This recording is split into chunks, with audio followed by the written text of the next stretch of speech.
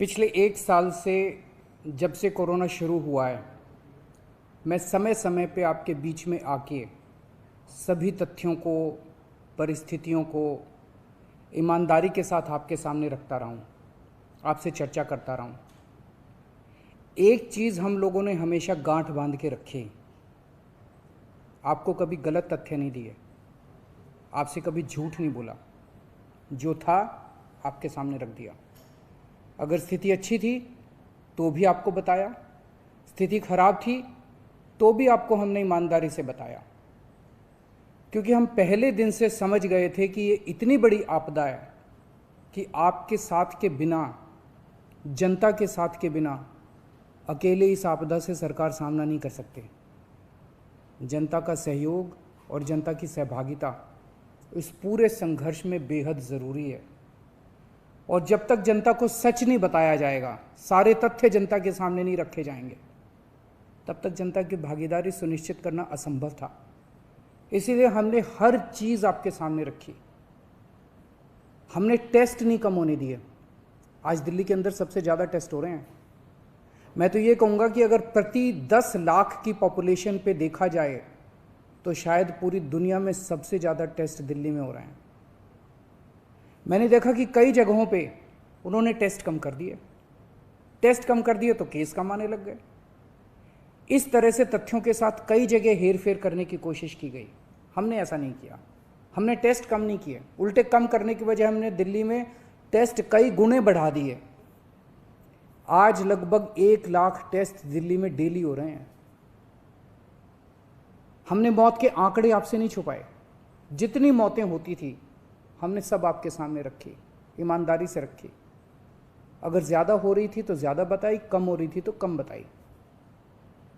कितने बेड्स हैं, कितने आईसीयू बेड्स हैं, क्या परिस्थितियां हैं, हर चीज़ आपके सामने ईमानदारी के साथ रखी। और इसी वजह से जब भी हमने कड़े निर्णय लिए, हमें आपका पूरा सहयोग मिला, दिल्ली की जनता का पूरा सहयोग मिला। मैं हमेशा कहता हूं कि हमारी दिल्ली एक परिवार है। दिल्ली के 2 करोड़ लोग एक परिवार हैं। और जब परिवार में कोई आपदा आती है तो सारे परिवार के लोग मिलकर उसका सामना करते हैं। अब भी हम सभी मिलकर इसका सामना करेंगे। पहले भी जीत हुई थी, अब भी जीत होगी। आज दिल्ली में क्या परिस्थिति है? पिछले 24 घंटे में दिल्ली में लगभग 23,500 केस आए हैं। उसके पिछले 24 घंटे में लगभग 25,500 केस आए थे।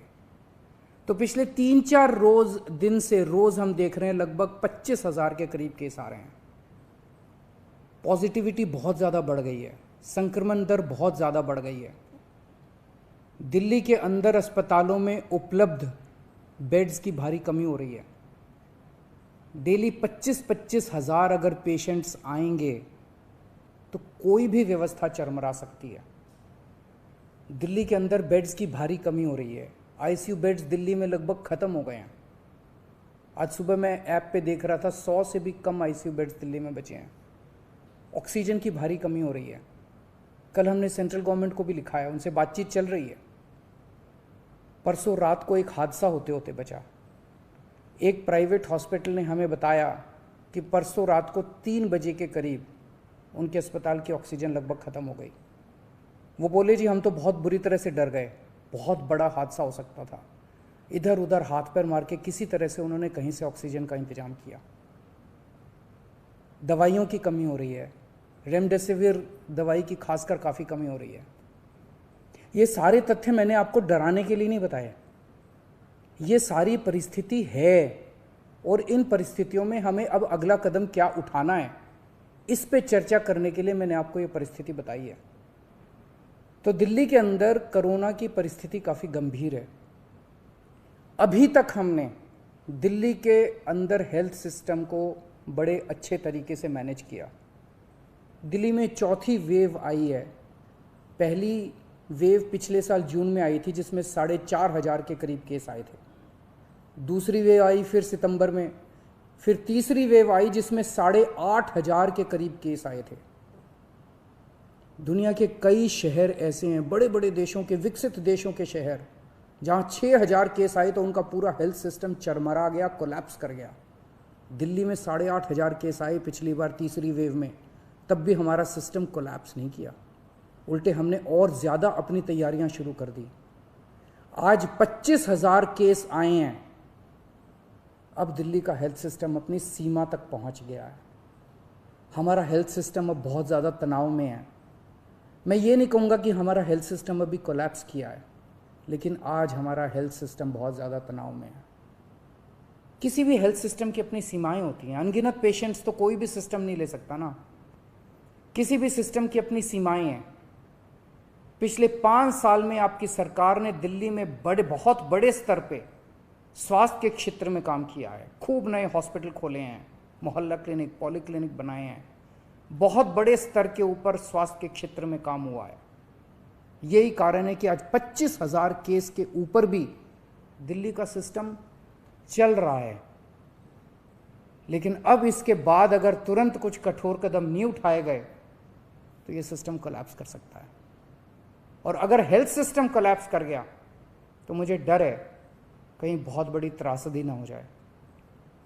जैसे मैंने बताया कि कल एक अस्पताल में ऑक्सीजन बिल्कुल ख़त्म हो गई थी और बहुत बड़ी त्रासदी होते होते बची।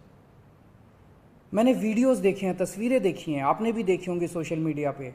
दुनिया के कई शहर ऐसे हैं जहां कॉरिडोर में पेशेंट्स पड़े हुए हैं, सड़कों के ऊपर लोग दम तोड़ रहे हैं। अभी तक हमने दिल्ली को उस किस्म की त्रासदी से बचाया है, वैसा नहीं होने दिया। आज सुबह 11 बजे मेरी और एलजी साहब की मीटिंग हुई और इन सारे पहलुओं के ऊपर, सारी परिस्थिति के ऊपर काफ़ी विस्तार से बातचीत हुई। और उस बातचीत के बाद हमें ये लगा कि दिल्ली का हेल्थ सिस्टम बड़ी मात्रा में और अधिक पेशेंट्स अब लेने में असमर्थ है। अगर हमने अभी लॉकडाउन नहीं लगाया तो कहीं ऐसा ना हो कि बड़ी त्रासदी हो जाए। हम किसी भी हालत में दिल्ली को उस परिस्थिति में नहीं ले जाना चाहते जहां कॉरिडोर के अंदर पेशेंट्स पड़े हैं, सड़कों पे लोग दम तोड़ रहे हैं। आज सभी परिस्थितियों का जायजा लेने के बाद आपकी सरकार को ये लगता है कि दिल्ली में कुछ दिन के लिए लॉकडाउन लगाना ज़रूरी है, तो आज रात को 10 बजे से अगले सोमवार को सुबह 5 बजे तक 6 दिन के लिए दिल्ली में लॉकडाउन लगाया जा रहा है। इस दौरान जाहिर है कि जो एसेंशियल सर्विसेज हैं वो जारी रहेंगी, खाने पीने की, मेडिकल व्यवस्थाओं की वो जारी रहेंगी। ये शादियों का सीज़न है, लोगों के बड़े मुश्किल से रिश्ते बनते हैं, हम उनके रिश्ते तोड़ना नहीं चाहते। तो लोगों की शादियां संपन्न हों, लेकिन केवल 50 लोगों के गैदरिंग के साथ संपन्न हो।